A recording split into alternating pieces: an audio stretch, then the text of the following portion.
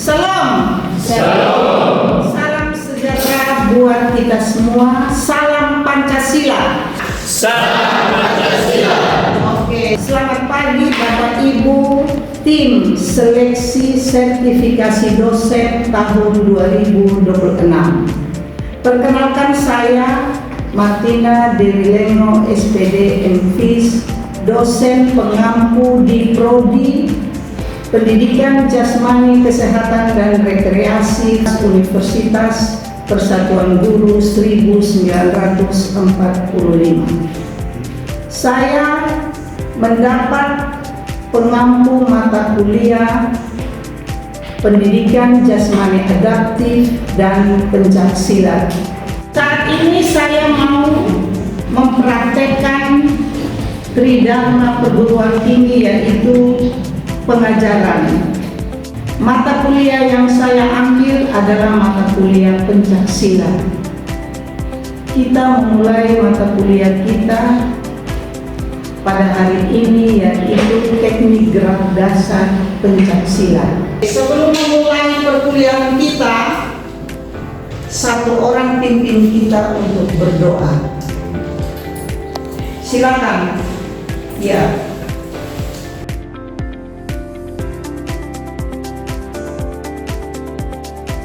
Pembelajaran mata kuliah Pencaksilat sebenarnya wajib dijalani oleh mahasiswa semester 3 dengan beban SKS 3 SKS. Yang mau kita pelajari adalah gerak dasar Pencaksilat. Hari ini kita teori dalam ruangan.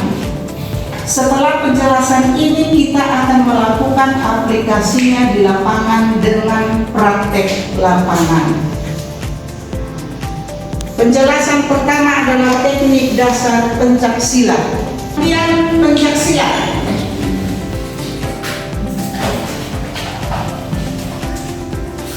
Pencaksilat adalah suatu seni bela diri. Tradisional bangsa Indonesia adalah budaya bangsa Indonesia.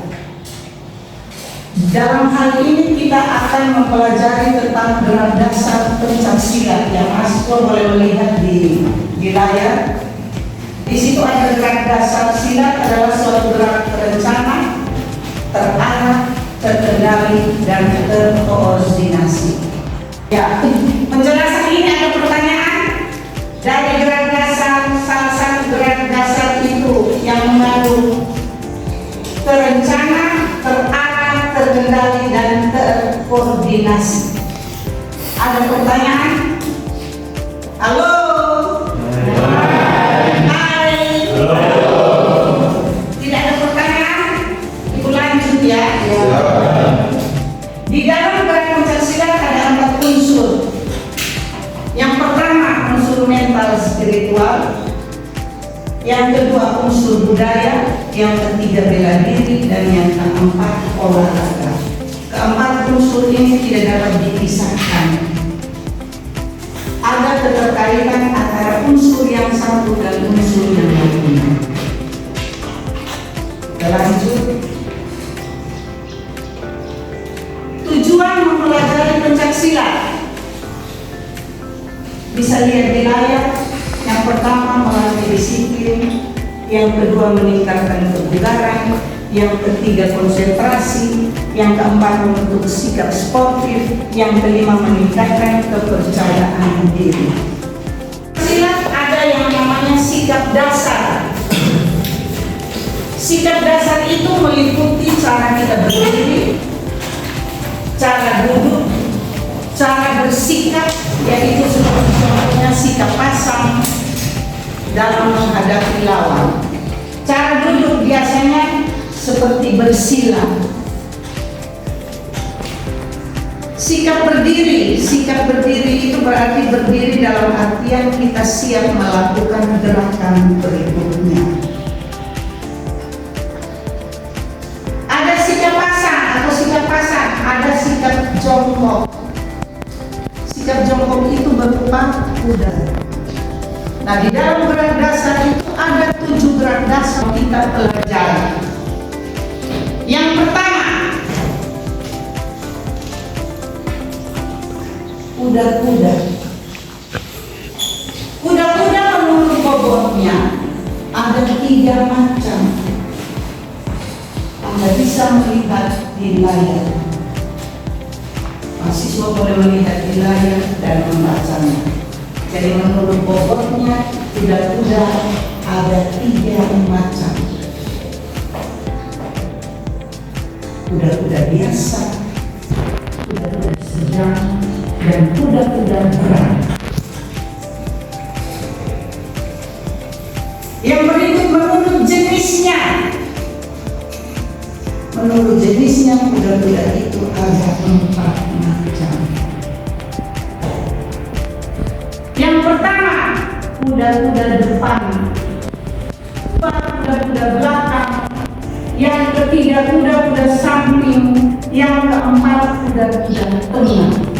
Nanti di praktek Ibu tunjukkan. Karena dia tujuannya menyeimbangkan diri dan melindungi tubuh, serta posisi siap menyerang atau siap bertahan. Yang ketiga adalah pola langkah. Anda bisa melihat di layar. Pola langkah itu ada langkah lurus, ada langkah ke samping, ada langkah serong, ada langkah silang. Gerak dasar yang berikut adalah tangan. Bisa membaca di sana suatu teknik mengangkat tangan, kaki ataupun anggota badan lainnya dengan satu atau 2 tangan dan akan dilanjutkan dengan gerakan lainnya. Jadi kalau tangkapan itu gerakan lainnya yang dimaksud yaitu gerakan membanting atau menjatuhkan.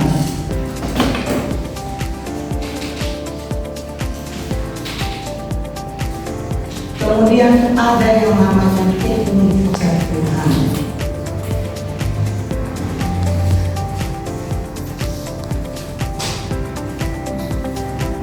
Silakan dilihat di gambar teknik jatuhan.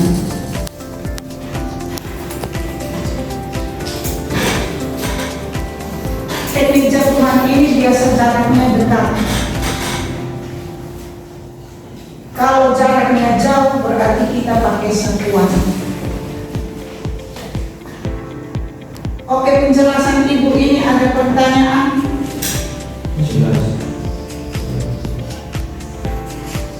Jelas. Nah, kita lihat dulu pada peralatan yang dibutuhkan di dalam pencak silat. Ada pakaian silat, ada sabuk yang diikat di pinggang, kemudian pelindung kepala, pelindung badan. Tetapi pelindung kepala tidak digunakan. Pelindung kepala tidak dipakai ya.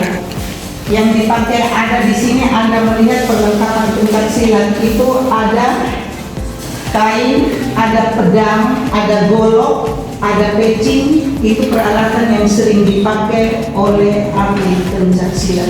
Atau dalam pembelajaran juga nanti kita pakai. Dalam pembelajaran pencak silat, alat-alat itu akan kita pakai.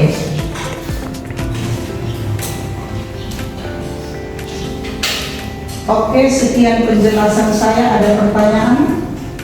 Ada pertanyaan kok? Oke, silakan, ada yang mau bertanya. Terima kasih Bunda.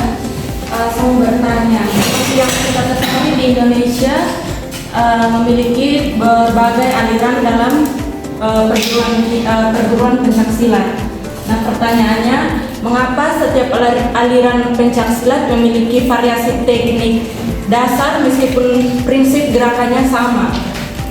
Terima kasih. Oke, pertanyaan yang bagus ya. Mengapa di Indonesia itu ada banyak perguruan yang pada prinsipnya setiap gerakan itu maksud dan tujuannya itu sama. tetapi masing-masing perguruan itu berbeda. Ada perguruan yang tumbuhnya secara lokal, contoh seperti ada di NTT, Kipas Cendana, Gagak Hitam. Ya, itu perguruan yang tumbuh secara tradisional, tumbuh sendiri dari provinsi yang bersangkutan. Di NTT itu ada Gagak Hitam dan Burung Perkasa. Nah, kalau perguruan yang tergabung dalam IPSI itu perguruan yang resmi. IPSI itu terbentuk dari 10 perguruan historis. Nah, di zaman penjajahan itu, kalau pertanyaan seperti ini, kita akan bicara tentang sejarah pertumbuhan pencaksilat. Contoh, kalau ada yang bertumbuh dari Sumatera, dari Minang, berarti itu perguruannya nama berbeda. Tetapi dalam satu ikatan pencaksilat yang disebut IPSI, organisasi pencaksilat itu disebut IPSI. IPSI itu terbentuk dari 10 perguruan historis. Salah satunya contoh Tapak Suci, kemudian Setia Hati Terate, kemudian Perisai Diri, Gerakan Cimande, itu gerakan yang dari Jawa, perguruan dari Jawa. Contoh kalau Setia Hati Terate itu datangnya dari Surabaya, Madiun.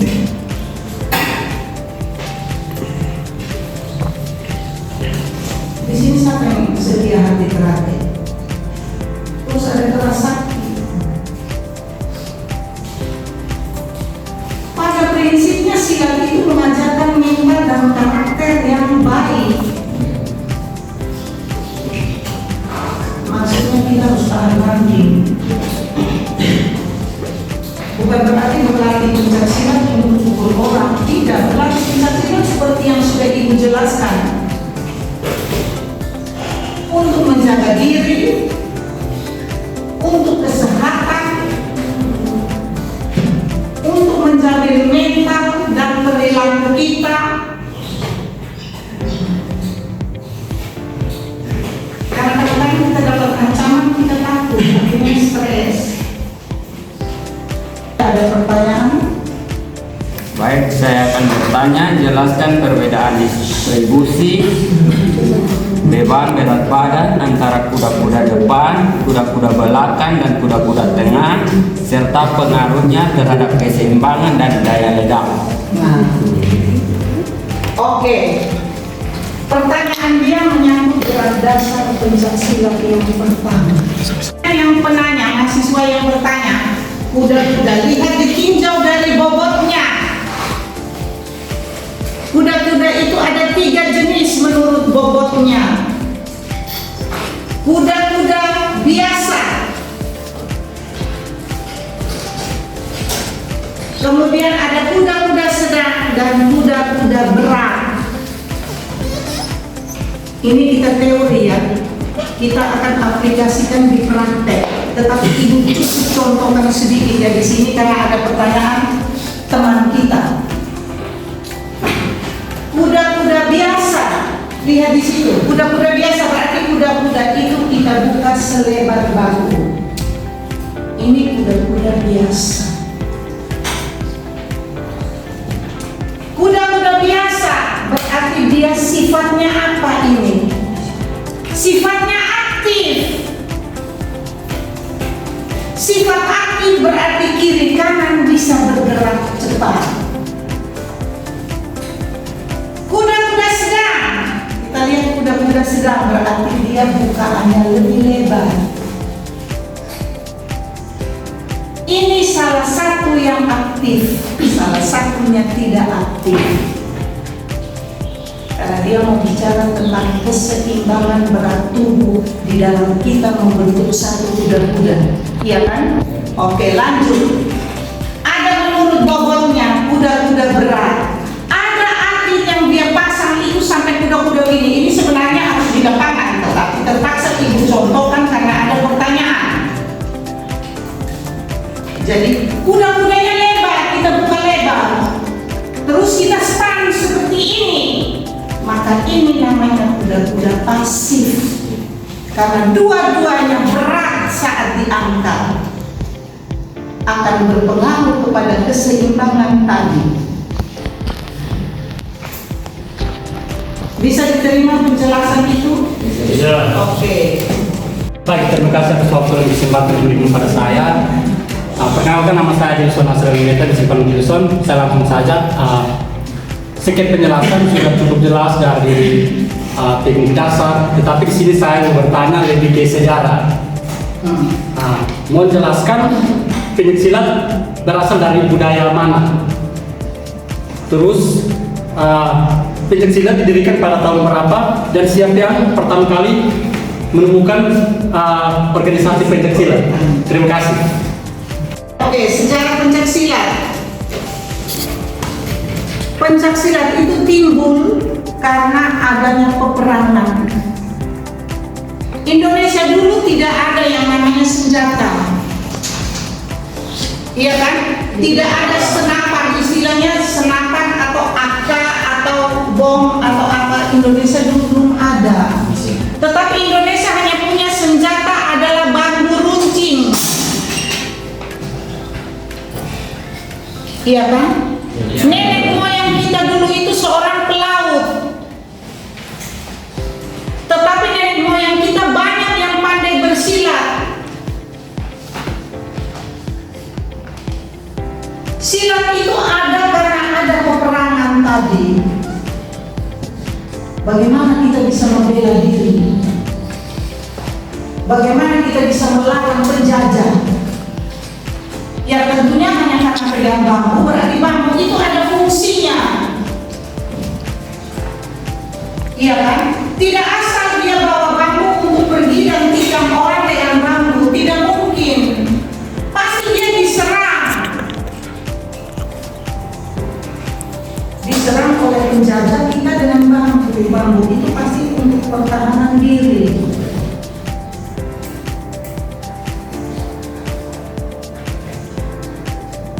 Iya kan, dia mau tembak kita pasti berlari kencang untuk mendekat. Kalau kita menghindar dulu dari tembakan, baru kita ditikam dia dengan bambu. Karena dulu kan perang kita hanya dengan bambu runcing.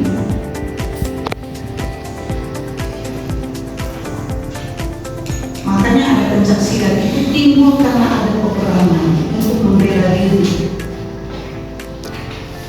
Sehingga masyarakat dilatih untuk mempertahankan diri dengan apa? Dengan bersilat. Makalah timbul silat-silat yang ada di setiap daerah.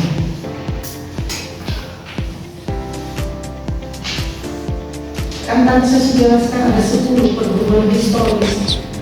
Itu yang membentuk sampai terjadinya IPSI, Ikatan Pencaksilat Seluruh Indonesia. Oke?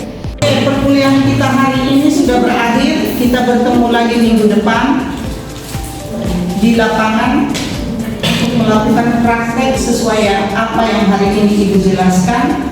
Selamat pagi. Selamat pagi. Salam Pancasila. Salam Pancasila. Satu orang pimpin kita doa penutup.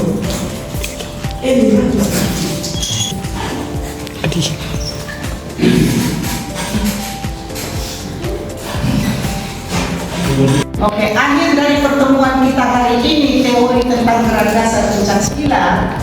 Kita akan melanjutkannya lagi nanti di periode berikut, pertemuan berikut yang langsung kita praktek di lapangan sesuai apa yang Ibu jelaskan hari ini.